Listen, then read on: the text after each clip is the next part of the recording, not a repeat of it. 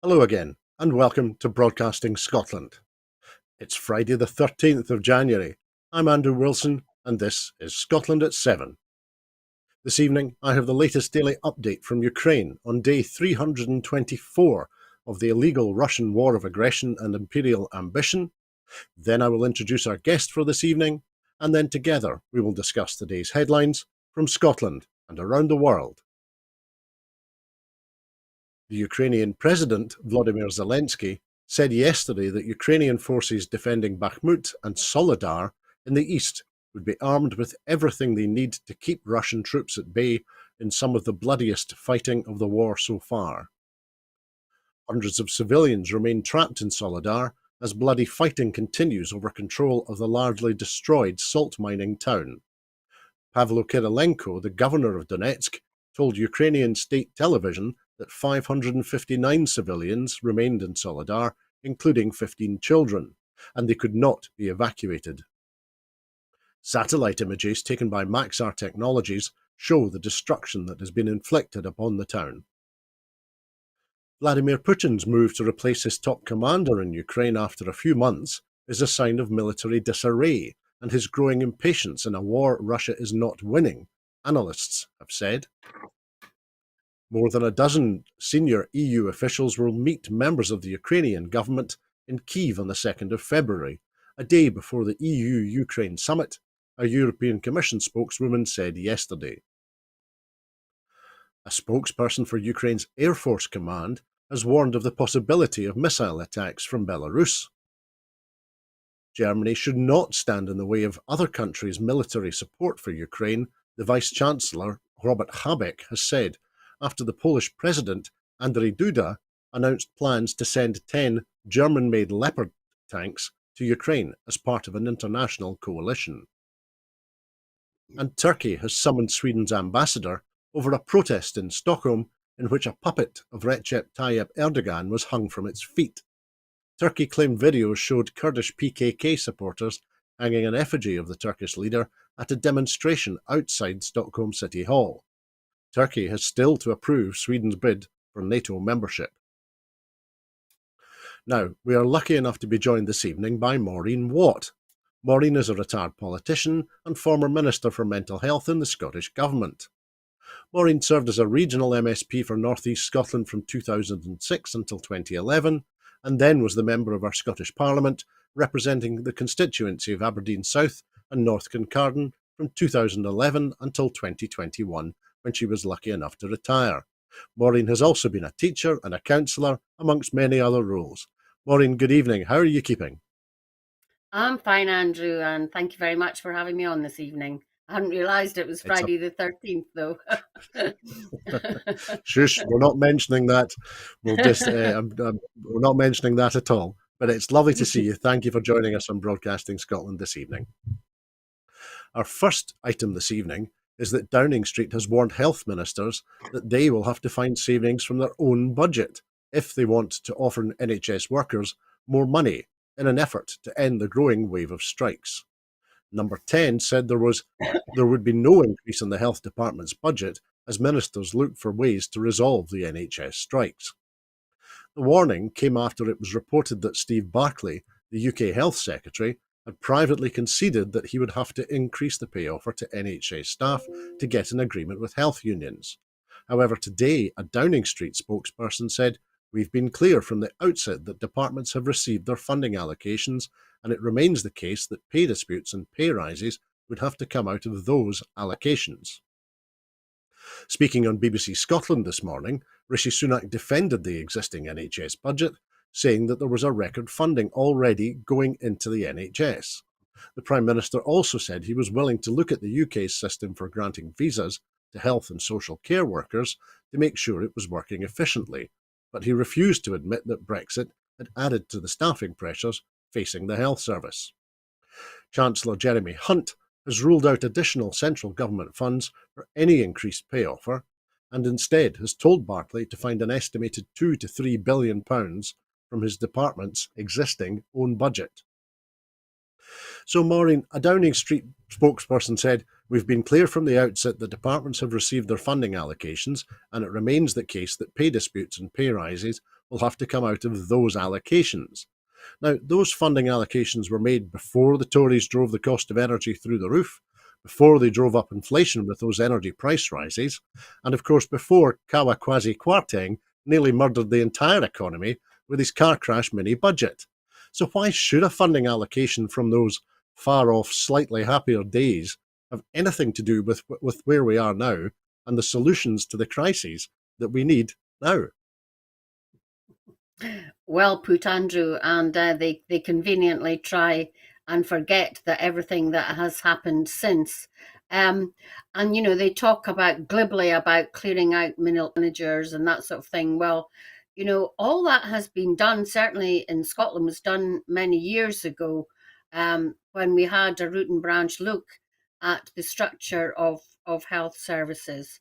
And to be fair, having worked as a minister twice in the health department, many of these middle managers are crucial to knowing exactly what's going on in the health service, where changes can be made and then are implemented. And I can't remember exactly what it was, but in England they were talking about doing things that we have done many years ago to make the health service more efficient. So certainly, there may well be still things that can be done better, but in terms of funding pay rises, when from inside the health budget, when things have outward things or outside things have changed so much in the interim period, just isn't realistic without severe cuts to where and to what.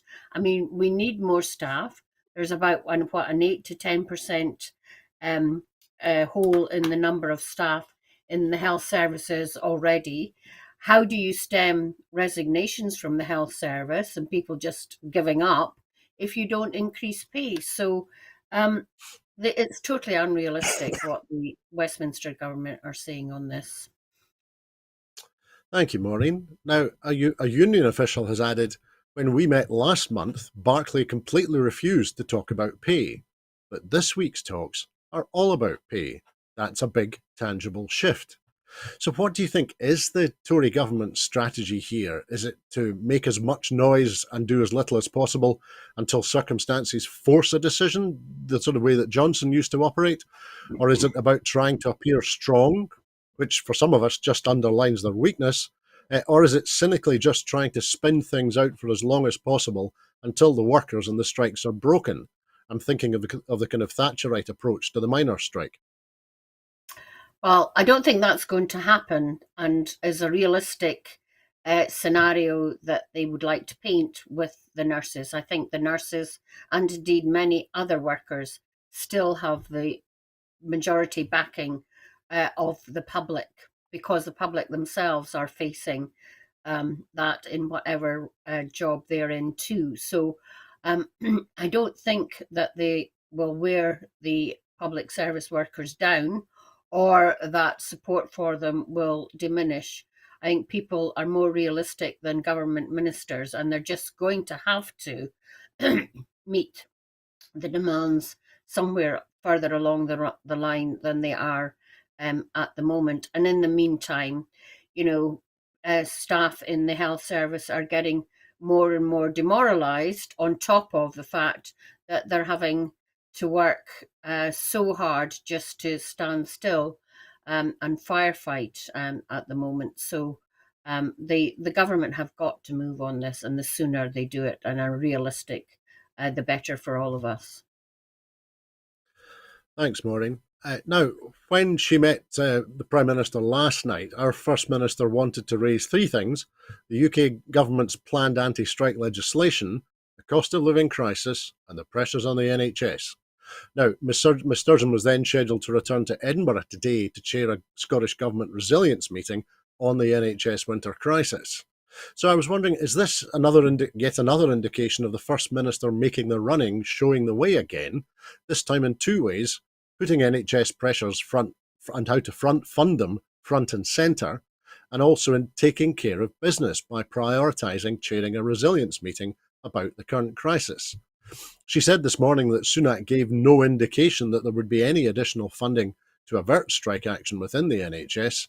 And here now today, we have the Treasury underlining the point, which rather suggests to me that the First Minister is setting the news agenda again. Yeah, well, that won't be for the first time, and she's absolutely showing where the priorities lie. I think maybe it's also an indication of something that we're going to come on to talk about, which is about the enthusiasm for free ports, and she's just left Rishi Sunak to do that himself. But I think she has got her priorities right in terms of the acute crisis that we're facing in the health service, and in the face of what it looks like no more money coming, then there are really stark choices to be made. And it's good that Nicola Sturgeon, the First Minister, is there chairing the meetings of health boards and health advisors and trade unions on how we make the changes that are going to have to come in the health service. Absolutely. Thank you, Maureen. And finally, before we leave the meeting at the Kingsmills in Inverness last night, Rishi Sunak has been accused of wasting taxpayers' money and making a mockery of the government's strategy for tackling the climate crisis after chartering a second private jet for a trip within the UK within a week. The Prime Minister took a roughly 90-minute ride in an RAF plane to Inverness for his overnight visit, and that round trip coming days after he took another RAF flight 200 miles to Leeds. And that's led the Labour Party to accuse him of developing an expensive habit of swanning around on private jets, courtesy of the taxpayer.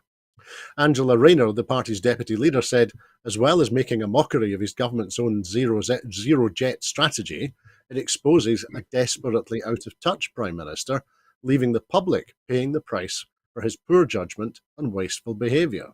Do you think is Angela Rayner right in her criticism?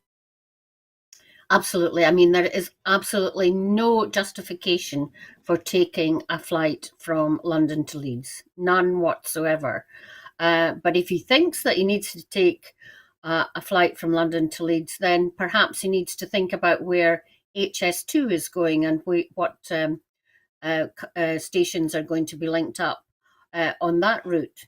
But in terms of Inverness, we want to keep services going to places like Inverness and Aberdeen from London. So if he and his entourage are not going to use the flights that are available, then he's sending out a really bad message in terms of the importance of the whole of the UK and cities and areas within the UK rather than just being so London centric.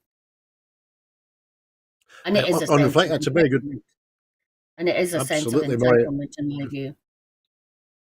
I think that's right. And in terms of the practicalities, as you were speaking there, it just struck me he missed a trick. My recollection of the hospitality on the Highland Chieftain, which runs from King's Cross to Inverness every day, it was fantastic. So I think he missed a trick completely there. Maybe it just wasn't flash enough and expensive enough for his particular personal tastes. And seeing as it's Friday night, I'll just observe, given the reported stature of the Prime Minister, if he absolutely has to fly, could you not just send him by drone? But anyway, we'll move on from that, because our second item, and the one that you've already flagged, Maureen, is that Inverness and Cromarty Firth Green Freeport and the fourth Green Freeport have been jointly selected by the Scottish and UK governments to become Scotland's first green free ports. Following the assessment and selection process, the two winning bids will be supported by up to £52 million in start-up funding and will benefit from tax reliefs and other incentives through a combination of devolved and reserved powers. Applicants to become a green freeport in Scotland were required to demonstrate how they would contribute towards a just transition to net zero emissions by 2045 and to create new green jobs. They were also required to set out how they would support high-quality employment opportunities with fair work conditions at their core. The Scottish Greens have criticised the Freeport plans, calling them a failed and dated Tory gimmick that will only benefit the super-rich and major corporations. The Scottish Greens finance spokesperson Ross Greer MSP said that where free ports have been attempted, they have only made regional inequality worse by moving existing jobs around the country rather than creating new ones. He said that internationally, they have been consistently associated with crime, money laundering, smuggling, and low wages while driving down environmental standards. The Deputy First Minister, John Swinney, said, "This is a milestone achievement in the process to deliver green free ports for Scotland."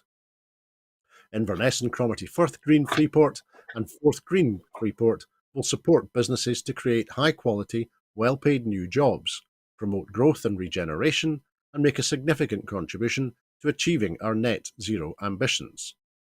Ross Greer MSP said, "There is nothing green about so-called green freeports. They are a failed and dated Tory gimmick which hands public cash over to multinational corporations. They offer big tax breaks to businesses while driving down terms and conditions for workers and risking significant damage to the environment." So, Maureen, firstly, there's clear evidence in a House of Commons briefing paper that free ports simply transfer business away from other areas. And according to the Royal United Services Institute, they encourage drug trafficking, trade in counterfeits, money laundering, and a vast array of other crimes. Middlesbrough in the Tees Valley already has the second highest crime rate in England, 110 reports per 100,000 population. That's just above neighbouring Cleveland at 115 per 100,000 population. The comparative crime rate in Glasgow, which is still Scotland's highest, is 68 per 100,000. And I should say thanks to Professor John W. Robertson for those figures. So, to come back to the point, Maureen, do you think will the Scottish Government succeed in avoiding these well-known and well-documented risks and damages which other free ports have caused?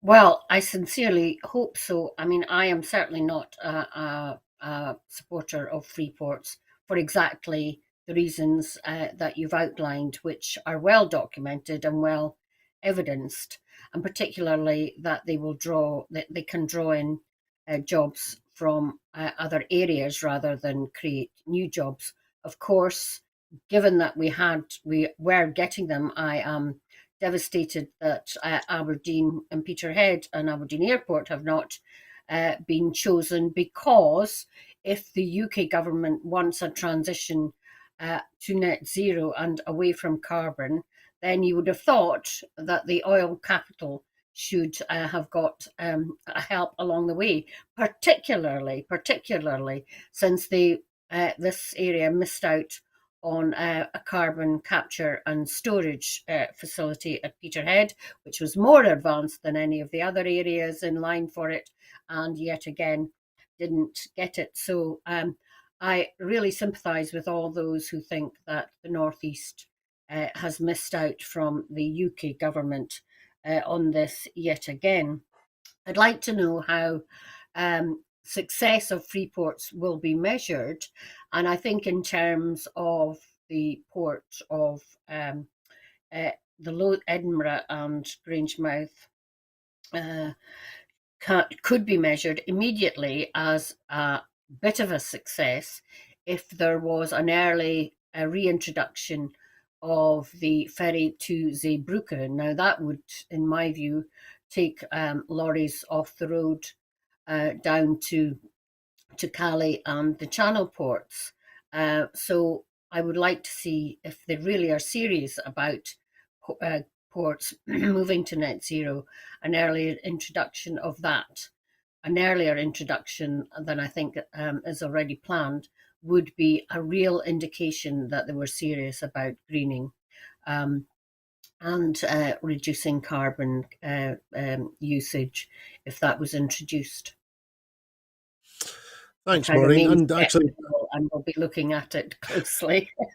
Well, absolutely right. And actually, you make the point about greening with green ports. And just briefly, do you think will the Scottish be able to deliver green free ports? And I say that because that would be unlike the decidedly ungreen free ports like Teesside, where research by academics backed by the fishing industry suggests that the mass die-off of marine life on the coastline between Hartlepool and Whitby, which saw crustaceans washed ashore a year ago last autumn with dying creatures twitching and displaying lethargic behaviour, which may have been caused by the industrial pollutant pyridine, possibly exposed from dredging in the mouth of the River Tees to develop the free port there. So do you think, will the Scottish Government be able to deliver green free ports? Well, I think they were right to if we were going to get free ports, to make sure that greening was included in this. And I hope every effort will be made to make sure that that happens. Um, but in terms of what you were talking about and the dredging and stuff like that, that whether it's a free port or not, that shouldn't be allowed to happen. I mean, I know when the current Aberdeen harbour has to be dredged to keep it from silting up to allow the offshore vessels and others in, that there are very strict regulations in relation to dredging and where the material is then dumped further offshore. But I think it also relates to, remember during the summer, the huge amount of waste that was just allowed to go into the rivers and seas around England. There just does not seem to be the same regulation that we see from SEPA in Scotland. And there's an attitude that you can do what the heck you like, laws or not, surrounding the Tory government and everything that they do. And I think that doesn't bode well if that's the attitude that they're going to have to free ports. I mean, there's going to have to be a hell of a lot of more regulation um, to make sure that the things that are allowed, but that you can, as you say, make sure that it's not a drug import free area and other illegal substances and goods coming in through the free ports, and how that's going to be managed will be really interesting to see. I mean, I'm sure the people of the Highlands do not want that for the Cromarty Firth, No, seriously. no, of So, course. yeah. Completely. Thank you, Maureen. Now then, we'd better move on to our next item now, because Boris Johnson has received a donation of £1 million from a Thai-based British business person who had previously given millions of pounds to Nigel Farage's Brexit party. This is according to the newly released Register of MPs' interests, my apologies. Christopher Harborne, a tech industry investor who had previously donated to the Conservatives, but also gave the Brexit Party £6 million before the 2019 general election, handed the £1 million donation to Johnson's personal office that was set up after he left Number 10. The Office of Boris Johnson Limited was established in October last year. Company's house records show its sole original director was Johnson's longtime aide, Shelley Williams Walker. She has since been replaced by Anne Sindel, another close ally of the former Prime Minister, who was his secretary when he edited The Spectator magazine, and she went on to work with him when he was the Mayor of London. The Company's House entry lists the purpose of the company only as other business support service activities. Former Prime Ministers often set up such offices to manage their post-Downing Street activities. The size of the donation, one of the biggest recorded to an individual UK politician rather than to a political party, and from a strong Brexit supporter, will increase speculation that Johnson might be planning a comeback. The Register of Interests, updated monthly, shows that in addition to this donation, Johnson earned just over £250,000 for 2 speeches in December, taking his earnings from speeches to over £1.2 million since resigning as Prime Minister in September. It also shows that Johnson and his family are still being supported by the billionaire Bamford family, who are close friends of the former Prime Minister and also strong Brexit backers. Anthony and Carol Bamford provided 2 homes during December, declared as costing £10,000 each for the month. So, firstly, Maureen, what does it tell us that Mr. Harborne is a Tory donor who in 2019 was also the bankroller of Nigel Farage's Brexit party, and also that Mr. Harborne appears 5 times in the Panama Papers leaked from a law firm which specialised in offshore tax planning?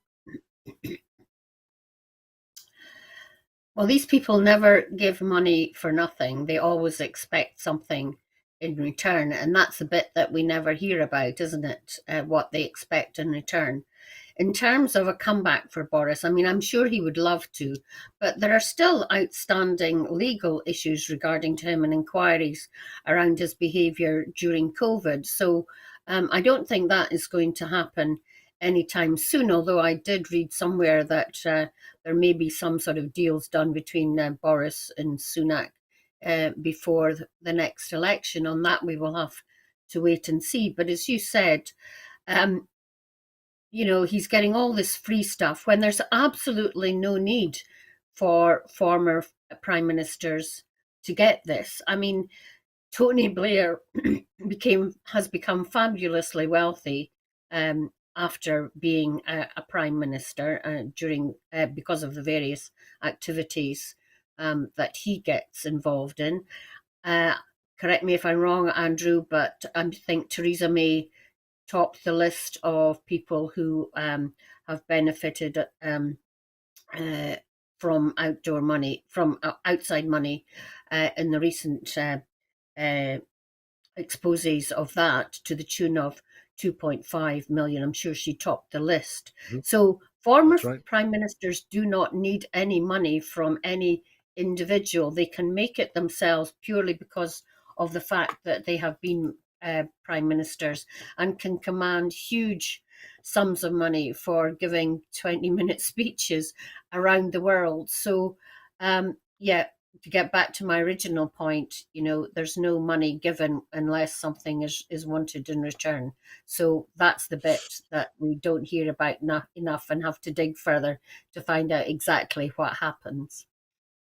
That's a very good point, Maureen. Although I was thinking £1.2 million for speeches for Johnson since leaving Number 10 in September. Just how much, what expensive wallpaper would that buy? But that's maybe a question for another evening, because we'd better move on to our next item now, because HSBC has slashed its forecasts for future wholesale gas prices in response to mild weather in Europe, raising hopes of a sharp decline in household energy bills. The bank cut its 2023 forecasts for the price of gas traded in Europe by about 30% and its forecast for 2024 by 20%. The bank noted that prices have halved since mid-December to levels not seen since before the invasion of Ukraine, and that mild weather had also reduced gas demand. The Kremlin's reduction of gas piped to Europe had prompted concerns that countries could be left short of gas this winter.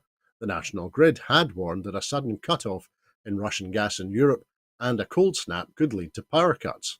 However, the combination of high storage levels, milder weather, and a cut in usage by households and businesses has eased the situation.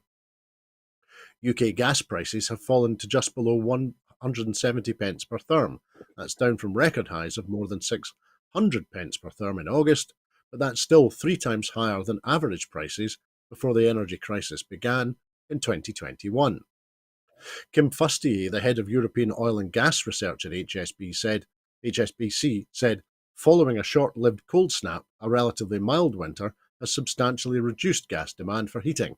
Europe is out of the woods for this winter, even if the cold weather returns. So, firstly, HSBC noted that prices had halved since mid-December to levels not seen since before the invasion in Ukraine, and that mild weather has also reduced gas demand. Putting those two things together, you can maybe help me. Have you seen the price of any of your energy reduce? Absolutely not, no. And, in terms of this, March, I think, when the next review is taking place, is a long way away. That's weeks of what could, as you said, still be very bad weather. I mean, I think we're going to be having snow this weekend. So in terms of individuals and businesses, why is it not?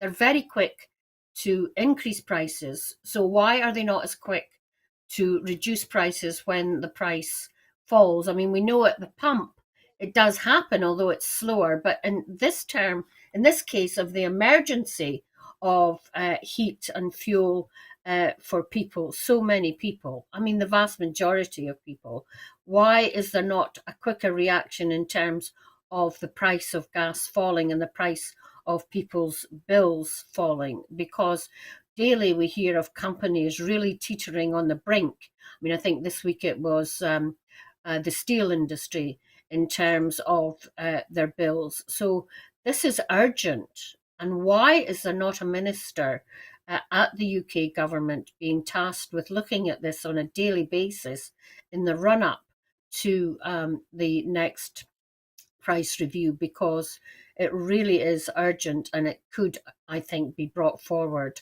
if prices are continuing to fall like this, or at least stay at that reduced level. But there's no urgency at all with this government. As individuals, they're not bothered what their gas bill is, they can pay it. So why should they bother about other people? That's the attitude you feel is coming across, isn't it? It certainly is, Maureen. Thank you. Now, we'll move on to our next item this evening because the UK government is to further delay calling an election in Northern Ireland in order to give Brexit talks a chance. Senior EU sources said slow progress was being made in talks between the UK and Brussels, dampening hopes of a breakthrough by the end of January on the protracted dispute over the Northern Ireland Protocol. The Foreign Secretary James Cleverly and the European Commission Vice President Maroš Šefčovič are to meet on Monday for a stocktake of progress so far, but sources say significant differences remain on both sides despite the growing momentum. Under legislation passed by Parliament in December, if a new Stormont executive is not formed by the 19th of January, the government has a legal responsibility to call a snap assembly election before the 13th of April. However, it is understood that the Northern Ireland Secretary, Chris Heaton-Harris, will delay calling the ballot for some weeks, as an election is unlikely not to deliver a devolved government unless there is a deal on the Northern Ireland Protocol that is acceptable to the Democratic Unionist Party.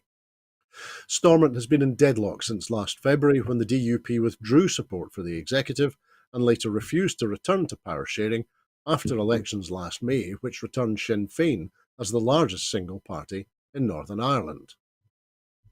Katie Hayward, a professor of political sociology at Queen's University Belfast, said that under the Minister's Elections and Petitions of Concern Act 2022, the 19th of January was not a strict deadline for calling an election, but the start of a 6 weeks period during which an assembly election should be called, which would then be followed by another 6 weeks or so for the election campaign. A new election might be the only means to have an assembly in place by the time of the 25th anniversary of the Good Friday Agreement on the 10th of April. So, Maureen, firstly, under the legislation passed by Westminster in December, if a new Stormont executive is not formed by the 19th of this month, the government has a legal responsibility to call a snap assembly before the 13th of April. So do you think, will Chris Heaton-Harris simply keep kicking the can down the road until then? Despite there being no functioning assembly and so no political involvement whatsoever in Northern Ireland in trying to address the crisis in the NHS, the cost of living crisis, and the energy crisis, which of course needs to have special provisions covering Northern Ireland only, where there's no grid for gas supplies. Yes, I mean, we think that on the mainland things are bad, but they are much worse in Northern Ireland simply because there is absolute stalemate and nothing happened. They can't change the way that the health services run, for example, because the Northern Ireland Assembly isn't running. And, you know, while it's run by civil servants because from London, because that's what's happening at the moment, they cannot change any legislation to make things different in any sphere of devolved assembly work. So it really is an awful situation that the Westminster government has allowed to fester in Northern Ireland. You know, I can remember how the Good Friday Agreement was hammered out over years, well, months, if not years, to get a system that has led to peace in Northern Ireland. And if the UK government are not going to play by the rules of that, then other organisations might think that they don't have to agree by it either. So I think we're in a very precarious situation in in terms of Northern Ireland. I hope with Leo Varadkar coming back into the role of Taoiseach in Southern Ireland era, that we may get some positive movement on this. But it is really the UK government dragging its heels on this. I mean, we know that the Tories really don't like interference in people's lives and interfere and doing things that they're elected to do. But for heaven's sake, there are so many things that need leadership and government and governance and good governance to make things work in a country, that this is just another example. I mean, probably the fifth example we've talked about already tonight, where the UK government is really derelict in its duty. Thanks, Maureen. I'm sure that we'll be hearing more about the situation in Northern Ireland over the next few weeks, and I'm sure you and I will be discussing it. But we'd better move on to our next item now, because people facing deportation have been told that they must scan their fingerprints several times a day, using devices installed with GPS technology under plans from the Home Office and the Ministry of Justice. Those required to carry one of the handheld devices will be subject to 24/7 location tracking, with information including the individual's name, date of birth, and nationality stored on the device and shared with the government, police, and other authorities. Users will receive alerts throughout the day to submit their biometrics, and they're obliged to carry the device with them at all times.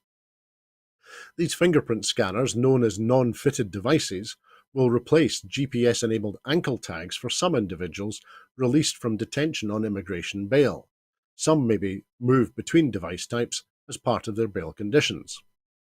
These plans emerged after a letter from the Home Office was erroneously sent to Bail for Immigration Detainees, BID, a charity that represented a man subject to a deportation order shortly after his release from detention a year ago.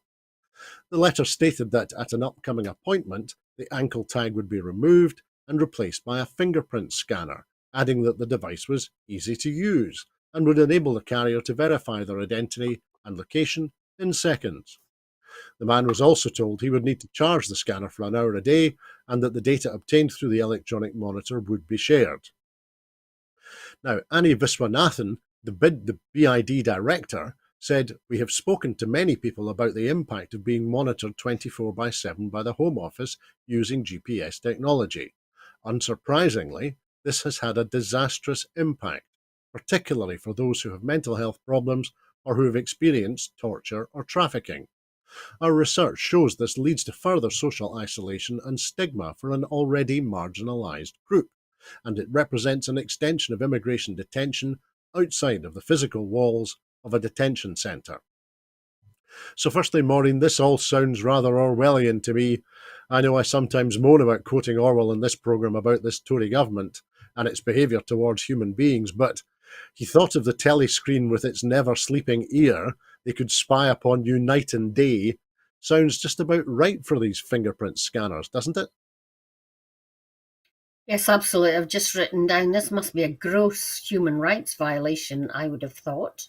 Such and it just shows to me that they do not regard people who are seeking refuge in this country as comparable human beings to themselves. I mean, you're right. I think it is going to put people's lives in danger further from human traffickers, because the trafficking doesn't stop when people reach the channel. Perhaps other people take over, but people are still in danger of being trafficked further within the country, whether it be to unscrupulous people who own big houses who want servants and not pay them at all, or not properly. It could be unscrupulous gangmasters. So we never hear exactly how this is going to work and how it's going to be monitored and what they're going to do with the information that they get from monitoring people more closely. Is it going to make them more safe? Is it going to mean that their applications are going to be processed more quickly? I doubt any of that, and it just seems to be yet another wheeze. But I don't mean that, in any light-hearted way, but something to appease those who still think immigration and illegal immigration is one of the most important issues facing this country. The right wing, in other words. Absolutely, Maureen. Thank you. And I'm sure that you and I will be discussing in the future the Home Office having and the Ministry of Justice having rolled out this technology. You and I will be discussing who next will be required to use these fingerprint Mm. scanners. I was thinking maybe other folks who are on bail but not set for deportation, or environmental protesters who've been banned from attending particular sites, or perhaps ambulance drivers who are on strike despite the Tory government taking away their right to strike. So I'm sure that you and I will come back to this topic again very soon. But the clock is against us this evening, so we'd better move on to our next item. Because a Greek court has dropped espionage charges against 24 activists involved in rescuing refugees after a lengthy trial denounced by rights groups as a sham. In the ruling read to the Chamber, the court admitted procedural faults, including insufficient translation of prosecution documents and a lack of access to interpreters for the defendants. The excuse me, the activists are still facing an investigation on charges of human trafficking, money laundering, fraud, and the unlawful use of radio frequencies. This ruling came just hours after the United Nations called for the charges to be dropped. The European Parliament has described the trial, which began in November 2021, as the largest case of criminalisation of solidarity in Europe. Amongst those charged was the Syrian swimmer Sera Mardini, whose family story and dramatic crossing of the Aegean Sea in 2015 has inspired the successful Netflix film The Swimmers. 50 humanitarian workers are facing prosecution in Greece after a trend in Italy that has also criminalised the provision of aid to refugees. Greece's Conservative government, elected in 2019, has vowed to make the country less attractive to asylum seekers. Part of that strategy involves extending an existing 25-mile-long wall on the Turkish border in the Evros region by a further 50 miles. Tens of thousands of people fleeing Africa and the Middle East seek to enter Greece, Italy, and Spain in the hope of better lives inside the European Union. Investigations by media and NGOs and testimony from alleged victims report that the Greek authorities have been pushing back asylum seekers trying to land on its shores, allegations which the Greek government denies. So, Maureen, as I said, Sera Mardini, the Syrian refugee turned rescue worker, whose story in rescuing 18 fellow passengers as they crossed from Turkey inspired the film The Swimmers. Does that mean that perhaps that these first charges, which relate to allegations of espionage, that these first charges have been dropped for fear of embarrassment for the Greek centre-right government, embarrassment internationally, and in front of the EU and the UN? Well, this is a very interesting story, and I think there will be more to be made of this. I mean, the important thing that you said, Andrew, that this is activists involved in rescuing refugees, not the people who are people smugglers, but the people who are trying to help people who are coming ashore in this case Greece, although it also happens in Italy, in terms of rescuing them if they're just as they are about to land. It's not as if they are helping them come from the coast of North Africa or Syria or further east in the first place. This is the people who are being active in trying to rescue people who are in difficulty coming ashore. So, in this country, we think you get the impression from the mainstream media, and particularly the red tops, that all the refugees that ever come across the Mediterranean are coming to Britain, which is absolutely not the case. And, you have to have some sympathy, I think, for people in Italy and Greece who are experiencing huge waves of immigrants coming ashore, although many of the locals are involved in helping people coming ashore. So, it's really important that international organizations like the UN and the G7 and the rich countries are more active in trying to stem the flow of refugees and making it more acceptable for people to live in their own countries rather than try crossing to Europe. But in terms of, I'm so glad that the cases seem to have been thrown out. But the fact that a right wing government in Greece thinks it was the right thing to do in the first place is very worrying. And as you said, Italy now has a more right wing government. Will they try the same action? And is this going to stop refugees? Do refugees know that this is happening? Of course they don't. And is trying to stop people helping refugees going to make any difference? Probably not. So it's really worrying that these kind of things are happening in countries with more right-wing governments than even we have. That's a good point. And it's worth remembering that the Council of Europe Commissioner for Human Rights, Dunja Mijatovic, said in a statement before the trial, targeting human rights defenders is incompatible with states' international obligations. Full stop. But let's move on to our next item now this evening, because senior allies of the Palestinian president, Mahmoud Abbas, have expressed fears that Benjamin Netanyahu's new ultra-nationalist coalition in Israel will seek to dismantle the Palestinian Authority established under the 1993 Oslo Peace Accords. The Palestinian Social Development Minister, Ahmed Majdalani, said members of the Israeli government intended to destroy the authority, which administers a degree of self-rule in parts of the West Bank, and is considered by Mahmoud Abbas as the institutional building block for a future Palestinian state. Netanyahu, Ben-Gvir and Smotrich are aiming to destroy the authority as part of their ideology, Majdalani has said, referring to Itamar Ben-Gvir and Bezalel Smotrich, the heads of ultra-nationalist, anti-Arab parties who have emerged as highly influential ministers. Majdalani suggested Israel would instead try to forge localized municipal bodies with no connection between them and no national attributes to replace the Palestinian Authority. They want to create a new reality in the West Bank, he said. The Netanyahu coalition has Netanyahu coalition has announced its plans to massively expand Israeli settlements and eventually to annex the occupied West Bank, the area of land where Palestinians have long sought to build a state. Two Israeli analysts, Menachem Klein and Zvi Barel, this week said they thought that the Israeli government was bent on the destruction of the Palestinian Authority, with Klein speculating it might move ahead unless stopped by Washington. One possibility was that the effort would advance after Mohammed Abbas, 87, left the scene, he said.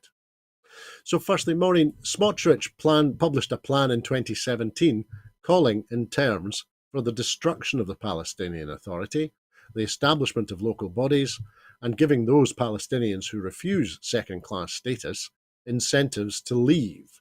So does that tell us all we need to know about the direction of travel of this new Netanyahu government? Well, Andrew, this is probably the most depressing item of depressing items on our agenda this evening. I mean, with the return of Netanyahu, and who's becoming increasingly more right wing and more combative in Israel. This is just so depressing. It's going to lead to more unrest, more fighting, and therefore more deaths. And with the passage of time, you do always hope that people realize that compromise and sitting down and agreeing things is the only way forward. Neither side are going to give up the right to having a state and statehood. And when are they going to learn that they're going to have to live side by side rather than constantly in a state of unrest and stalemate. It's just, as I said, so depressing, and you really don't think that you've anything positive to contribute on an item like this, which does, I feel, make it so depressing.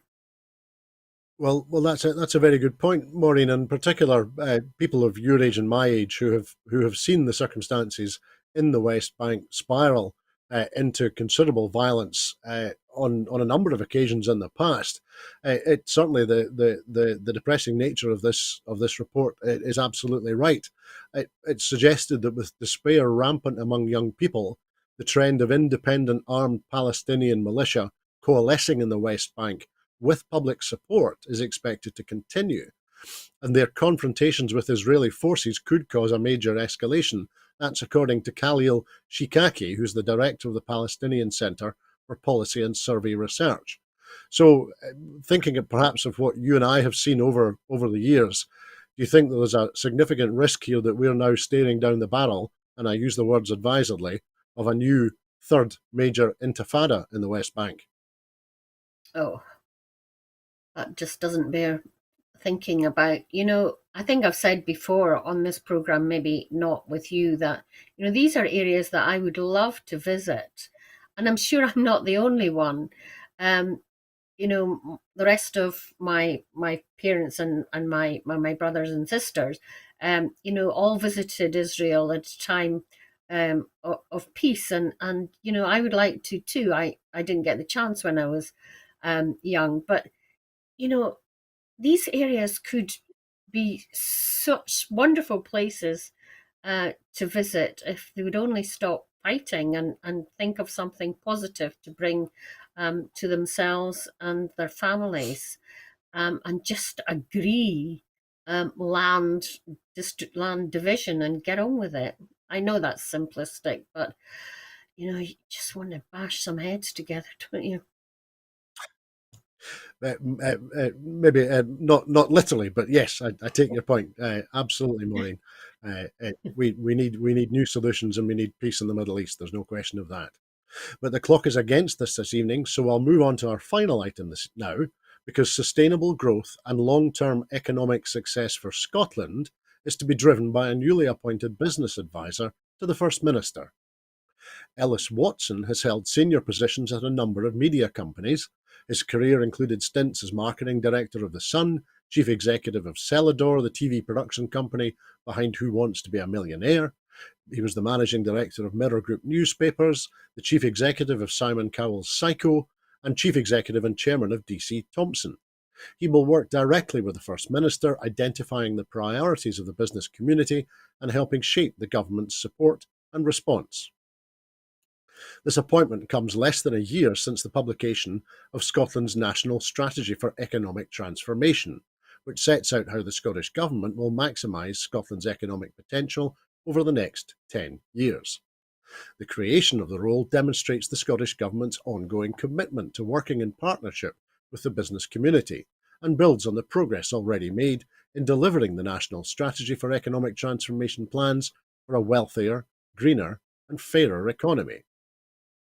The First Minister, Nicola Sturgeon, said breaking down the barriers between business and government and sharing ideas about what works and what doesn't will help the Scottish Government to continue to support growth and deliver long-term economic success for Scotland. Ellis Watson said, Scotland's economic success has never been so dependent on the health of our businesses. The private sector sometimes feel government is disconnected from their needs, and I'm determined to ensure we meet the challenges with a robust candour to reach our country's commercial potential. So, Maureen, how do you think Ellis Watson's robust candour will go down at Victoria Quay and in Holyrood? I'm thinking in particular of the speech he gave in the autumn, where he told the media industry to, and I quote, cheer the fuck up. I didn't hear the first word, but um, um, yeah. Well, I don't know the person at all. I've never heard of him, so I hope he is the right person for the job. I think Scotland is in a good place, but we're always doing things with one hand tied behind our backs. I mean, we shouldn't forget that pre-COVID, at least, I don't know what the recent figures are, Scotland was the third most successful place in attracting region in attracting inward investment after London in the southeast in the whole of the UK. So people are attracted by our educated population, some of the best universities in the world. We've now got a growing film industry. Perhaps he's been quite involved in that.